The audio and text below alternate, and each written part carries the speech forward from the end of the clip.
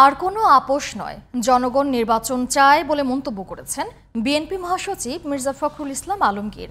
ঠাকুরগাঁওয়ে এক মতবিনিময় সভায় তিনি বলেন, জাতীয় সংসদ নির্বাচন যাতে না হয় সেজন্য কয়েকটি রাজনৈতিক দল পিআর নিয়ে আন্দোলন করছে। এদিকে চট্টগ্রামে আরেক অনুষ্ঠানে বিএনপির স্থায়ী কমিটির সদস্য সালাউদ্দিন আহমেদ কেউ যাতে ধর্মকে রাজনৈতিকভাবে ব্যবহার করতে না পারে এর জন্য আলেম সমাজকে ভূমিকা রাখতে হবে।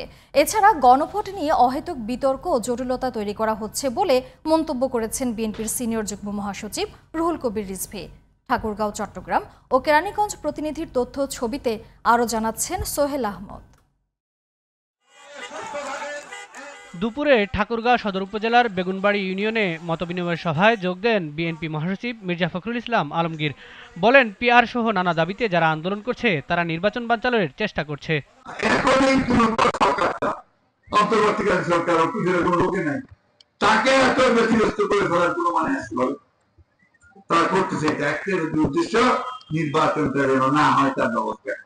জাতীয় সংসদ নির্বাচন নিয়ে বিএনপি আর কোনো আপোষ করবে না বলেও মন্তব্য করেন মির্জা ফখরুল। জনগণ নির্বাচন চায়, জনগণ ভোট দিতে চায়, তাদের জনপ্রতিনিধি নির্বাচিত করতে চায়।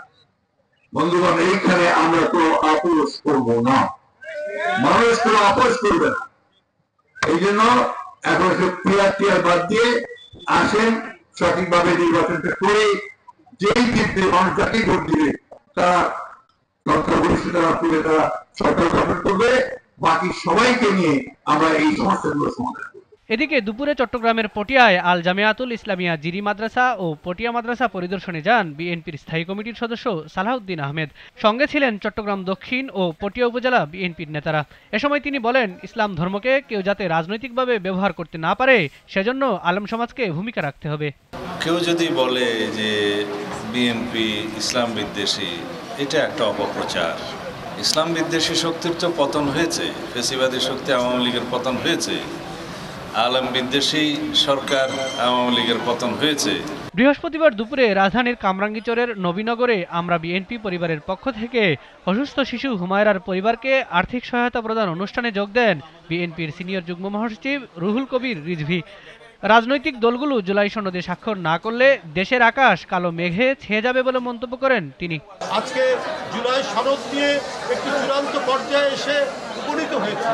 তারপরে অনেক অমীমাংসিত বিষয়ের কথা বলা হচ্ছে, অনেক নোট অফ ডিসেন্টের কথা বলা হয়েছে, গণভোট নিয়ে অহেতুক বিতর্ক এবং জটিলতা তৈরি করা হচ্ছে। ঠিক সময়ে জাতীয় সংসদ নির্বাচন না হলে ফ্যাসিস্টরা আবারও ঘুরে দাঁড়ানোর সুযোগ পাবে বলে মন্তব্য করেন বিএনপি নেতারা। সোহেল আহমদ, জিটিভি নিউজ।